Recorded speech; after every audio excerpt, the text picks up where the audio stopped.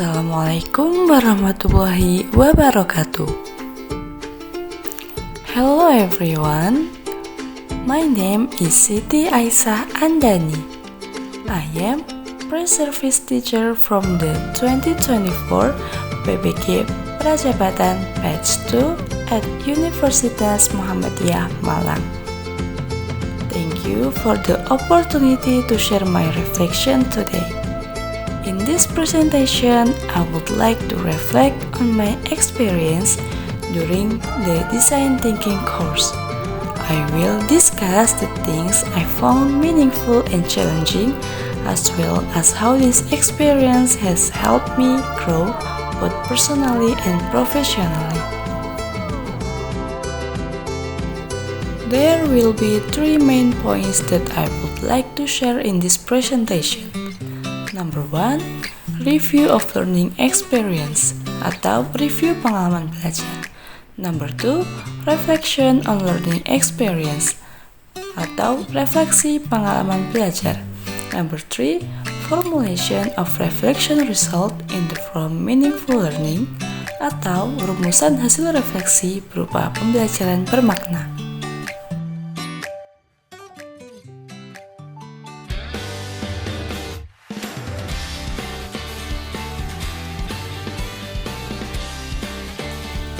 Pengalaman belajar apa yang berguna dan menarik? Pengalaman belajar yang menurut saya berguna dan menarik selama mengikuti mata kuliah design thinking adalah ketika kami diminta untuk melakukan wawancara langsung kepada siswa di kelas. Dalam proses ini, kami benar-benar menjadi seorang desainer yang berusaha memahami masalah yang dihadapi oleh klien. Dalam hal ini, siswa. Saya merasa kegiatan ini sangat relevan dengan peran seorang guru karena mengajarkan untuk lebih peka dan empatik terhadap permasalahan peserta didik. Selain itu, melakukan wawancara secara langsung juga melatih kemampuan komunikasi, sekaligus membuka pandangan baru tentang realitas yang dihadapi siswa di dalam kelas.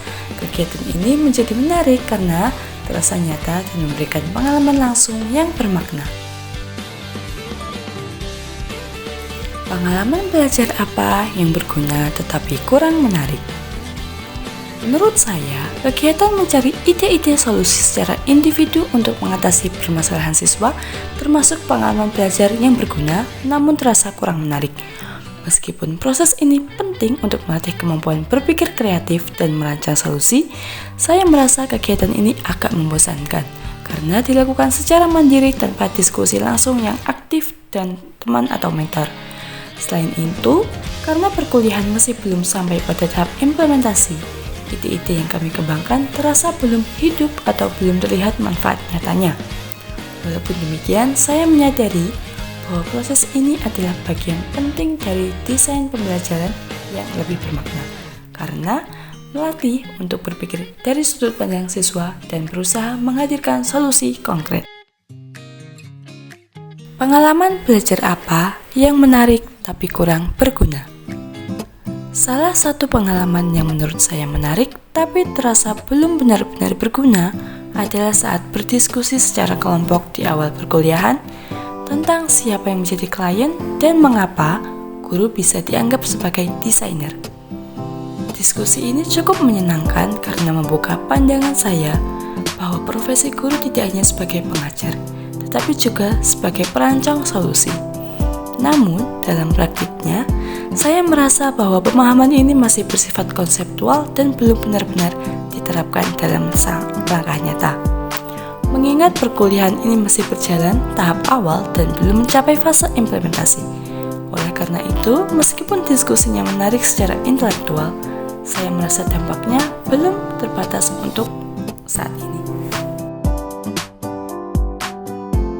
Pengalaman belajar apa yang tidak menarik dan tidak berguna dalam konteks sebagai calon guru?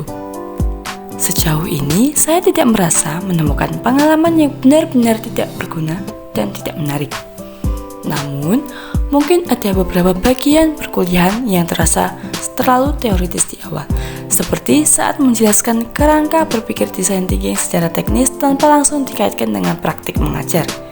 Kegiatan ini terasa kurang menarik karena banyak mengandalkan pemaparan teori dari dosen dan kurang melibatkan partisipasi aktif dari mahasiswa. Di sisi lain, saya tetap memahami bahwa kerangka teoritis ini dibutuhkan sebagai dasar berpikir sebelum kami benar-benar menjalankan proses perancangan dan pemecahan masalah.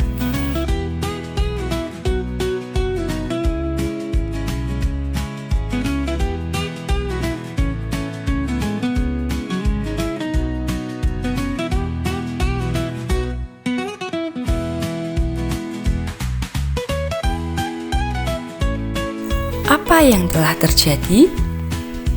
Selama mengikuti perkuliahan design thinking, kami diberi pemahaman bahwa guru adalah seorang desainer yang harus bisa merancang pembelajaran dan solusi berdasarkan kebutuhan siswa.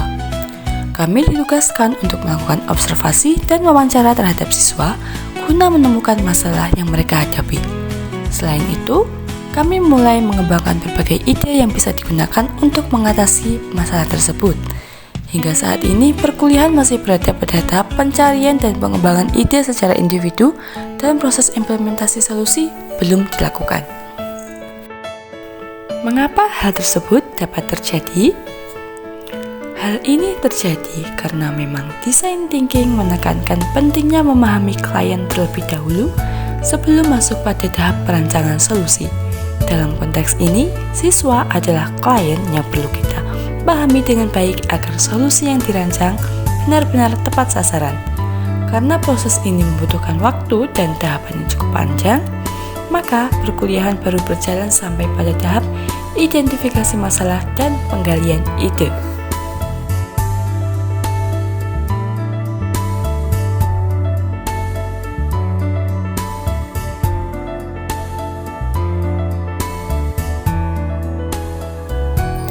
Apabila saya mengajar atau membahas topik ini dengan mempertimbangkan prinsip pembelajaran bermakna yang berpusat kepada siswa, perubahan apa yang akan saya lakukan?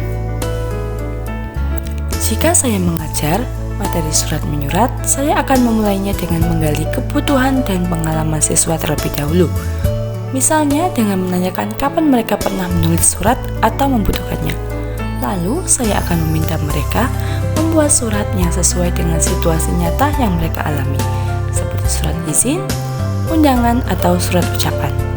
Dengan cara ini, siswa belajar menulis surat dari pengalaman sendiri, sehingga pembelajaran terasa lebih bermakna, kontekstual, dan sesuai dengan kebutuhan mereka.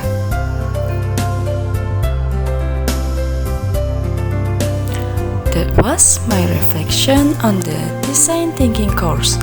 I hope it can be useful and inspiring for all of us as a future educators and problem solvers.